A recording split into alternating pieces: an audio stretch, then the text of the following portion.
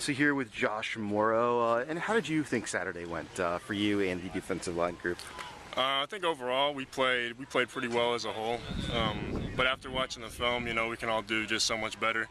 There's a few times we were either out of our gap or, we didn't get the knockback we needed on the offensive line, and that's something that you need to work out the first game. It's the first live bullet you got coming at you, and so overall it was okay.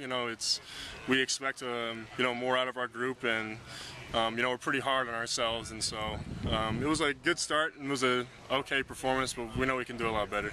For you personally, what's kind of that one area or two areas that you think you've really progressed the most since you arrived on campus 4 or 5 years ago? I'd have to say, size and strength are kind of into one. I came in around 235 and around 280, low 280s right now. So just gaining the size and the strength you need to play at this level, and also the flexibility as well.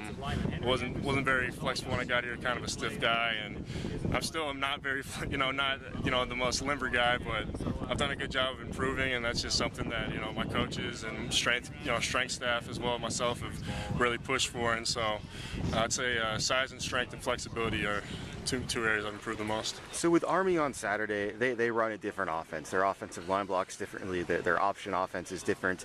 Is that something you guys like, seeing a different look, or because you're so in tune to kind of that normal everyday grind, is this a bit uncomfortable for you? It's a nice change of pace, and a lot of guys haven't seen this offense since high school. A lot of teams run the wing T or triple option offense, but I think it's good for us. It's a challenge. The Pac-12 is full of spread offenses, 4 wide receivers, and kind of a shotgun running attack. And this is kind of a old school. We're coming to hit you in the mouth, so it's kind of a challenge to us. So, we take pride in being a physical football team, and Army is the epitome. Their army's strong, and they're coming at us. So it'll be a good challenge for us. But it's exciting to get to do, get a new approach and be able to take it on. How much concern is there for you personally about dealing with some of those cut and shot blocks, about their linemen going low and the possible risk of injury? It's part of the game. If you play up front and you're going to go against the other team's front, you guys are kind of the first line of defense or offense for your team, and so that's something. It's part of the game, and it's not something you look forward to at all, but it's definitely it's illegal and it's part of the game, and they're going to do it. They have a little bit smaller guys up there because of their rigorous program, training program they have. So it gives them a competitive edge for them, and they need it, and so it's a good attack for them, and I really respect it and respect their team, and I look forward to playing and doing the best we can. And what is the key to defending those blocks in their triple option on the ground? Keeping your feet moving and staying bent. If you stand around a pile straight-legged, you're going to get hurt, and Coach Mason, told us best today, the guys who play hesitant and play not to get hurt, those are the guys that get hurt. If you play fast and, go as hard as you can, you're going to be just fine. If you just keep your feet moving, just play as aggressive as you can, you're going to leave unscathed. But if you look to not get injured or try to protect yourself, that's when you'll get hurt. And so just for us up front, just, staying knee bent, staying low, and staying aggressive, and keep going.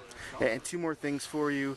Going against your own offensive line in practice, is there one lineman, maybe 1 or 2 linemen that really kind of get you a hard time getting past them?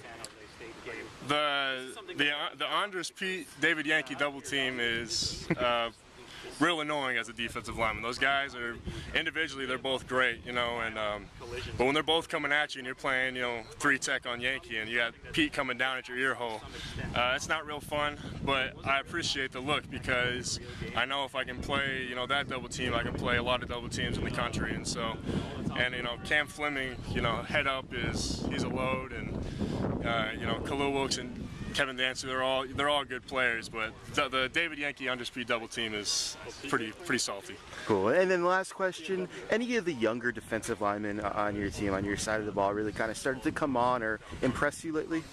When they showed up, Aziz and Ikenna, those guys just physically are really advanced, for their age, and they're kind of something special. But Nate Lone is actually, he's kind of a late, surprise, especially in camp. He's really figuring out how to use his strength. He's a really strong guy, and in the weight room, and he's starting to use that strength from the weight room out here on the field, and it's kind of fun to watch. Him start to figure out, how to use his hands, how to take, the right steps, and it's really exciting for him and his young future. Thanks so much, Josh. Hey, thank you.